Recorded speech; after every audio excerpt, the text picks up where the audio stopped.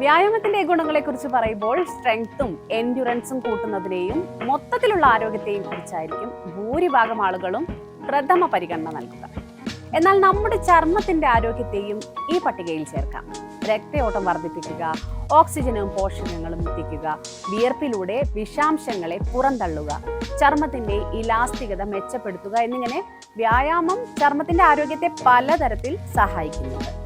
എന്നാൽ ഈ ഗുണങ്ങൾ ശരിയായി ലഭിക്കണമെന്നുണ്ടെങ്കിൽ വ്യായാമത്തിന് മുമ്പും ശേഷവും പിന്തുടരേണ്ട ചില കാര്യങ്ങളുണ്ട്. അവ എന്തൊക്കെയാണെന്ന് നോക്കാം. ഒരു വ്യക്തി തുടർച്ചയായി വിയർക്കുകയാണെങ്കിൽ അയാൾക്ക് ഫംഗസ് അല്ലെങ്കിൽ ബാക്ടീരിയ മൂലമുള്ള അണുബാധകൾ വരാൻ സാധ്യത കൂടുതലാണ്.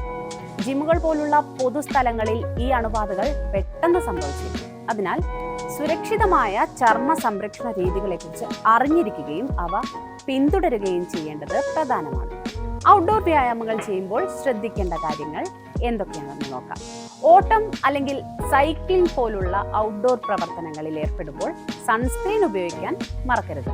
പ്രത്യേകിച്ച് ബ്രോഡ് സ്പെക്ട്രം സൺസ്ക്രീൻ നിർബന്ധമായും ഉപയോഗിക്കുക. ഇത് നിങ്ങളുടെ ചർമ്മത്തെ ദോഷകരമായ അൾട്രാവയലറ്റ് രശ്മികളിൽ നിന്ന് സംരക്ഷിക്കുകയും സൺബേൺ, ചർമ്മത്തിനുണ്ടാകുന്ന മറ്റ് കേടുപാടുകൾ എന്നിവ കുറയ്ക്കുകയും ചെയ്യും. നീന്തൽ വ്യായാമമായി തിരഞ്ഞെടുക്കുന്നവർ നീന്തുന്നതിന് മുമ്പ് കുളിക്കുകയും ചർമ്മം മോയ്സ്ചറൈസ് ചെയ്യുകയും വേണം. എപ്പോഴും ഇത് നല്ലതാണ്, കാരണം ക്ലോറിൻ വരണ്ട ചർമ്മത്തിലെ സുഷിരങ്ങളിലേക്ക് വേഗത്തിൽ ആഴ്ന്നിറങ്ങും. ചർമ്മം മോയ്സ്ചറൈസ് ചെയ്യുന്നത് ക്ലോറിൻ എളുപ്പത്തിൽ ചർമ്മത്തിലേക്ക് പ്രവേശിക്കുന്നത് തടയും. സ്വിമ്മിംഗ് പൂളോ കുളമോ പുറത്താണെങ്കിൽ സൺസ്ക്രീൻ ഉപയോഗിക്കുന്നതും നല്ലതാണ്. വ്യായാമം ചെയ്യുമ്പോൾ ധരിക്കുന്ന വസ്ത്രത്തിന്റെ കാര്യത്തിലും ചെറിയ ശ്രദ്ധ വേണം. തുണിയുമായുള്ള ഘർഷണം കാരണം വിയർപ്പ് ചർമ്മത്തിൽ തിണർപ്പുണ്ടാക്കുന്നു. ഇതൊഴിവാക്കാൻ നിങ്ങൾ ചെയ്യുന്ന വ്യായാമം ഏതാണെന്നതിനനുസരിച്ച് വർക്കൗട്ട് വസ്ത്രങ്ങൾ തിരഞ്ഞെടുക്കാം. നിങ്ങൾ മാരത്തൺ ഓട്ടം അല്ലെങ്കിൽ സ്പോർട്സ് പോലുള്ള ദീർഘനേരം നീണ്ടു നിൽക്കുന്ന പ്രവർത്തനങ്ങളിൽ ഏർപ്പെടുന്നുണ്ടെങ്കിൽ ഡ്രൈ ഫിറ്റ് സാങ്കേതികവിദ്യയുള്ള പോളിസ്റ്റർ തുണി അല്ലെങ്കിൽ മുളയിൽ നിന്നുള്ള തുണിത്തരങ്ങൾ ഉപയോഗിക്കാം. കാരണം ഇത് ശരീരത്തിൽ നിന്ന് ഈർപ്പം വലിച്ചെടുക്കും. ഇനി യോഗ പോലുള്ള ലഘുവായ വ്യായാമങ്ങളിൽ ഏർപ്പെടുന്ന ആളുകൾക്ക് പരുത്തി അല്ലെങ്കിൽ ലിനൻ അനുയോജ്യമാണ്. കാരണം ഇത് വായു സഞ്ചാരമുള്ള തുണിയാണ്. സോക്സ് ധരിക്കുന്നവർ ദിവസവും പുതിയത് ഉപയോഗിക്കാൻ പ്രത്യേകം ശ്രദ്ധിക്കണം. ചിലർ 3-4 ദിവസത്തിൽ ഒരിക്കലായിരിക്കും സോക്സ് മാറ്റുന്നത്. ഇത് അത്ലറ്റ്സ് ഫൂട്ട് എന്നറിയപ്പെടുന്ന അണുബാധയ്ക്ക് കാരണമാകും.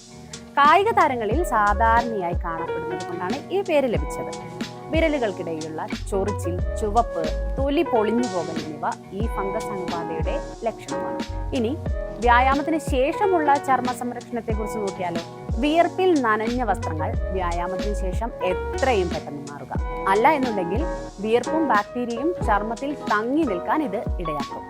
അതുവഴി ചർമ്മത്തിൽ അസ്വസ്ഥതയും കുരുക്കളും ഉണ്ടാകാനുള്ള സാധ്യത കൂടുകയും ചെയ്യും.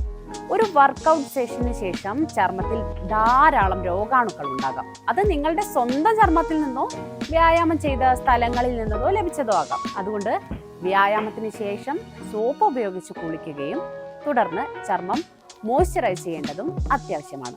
അലർജികൾക്ക് സാധ്യതയുള്ളവരും വരണ്ടതോ സെൻസിറ്റീവ് ആയതോ ആയ ചർമ്മമുള്ളവരും ചെറു ചൂടുവെള്ളത്തിൽ കുളിക്കുന്നതാണ് നല്ലത്. വ്യായാമശേഷം വെള്ളം കുടിക്കുന്ന കാര്യവും മറക്കരുത്. ജലാംശം കുറയുന്നതും ഇലക്ട്രോലൈറ്റ് അസന്തുലിതാവസ്ഥയും നിങ്ങളുടെ ചർമ്മത്തിൽ ചൊറിച്ചിലുണ്ടാക്കും. അതുകൊണ്ട് വ്യായാമം ചെയ്ത ശേഷം ദാഹത്തിന്റെ ഇരട്ടി വെള്ളം കുടിക്കാനാണ് പൊതുവെ ആരോഗ്യ വിദഗ്ധർ നിർദ്ദേശിക്കാറുള്ളത്.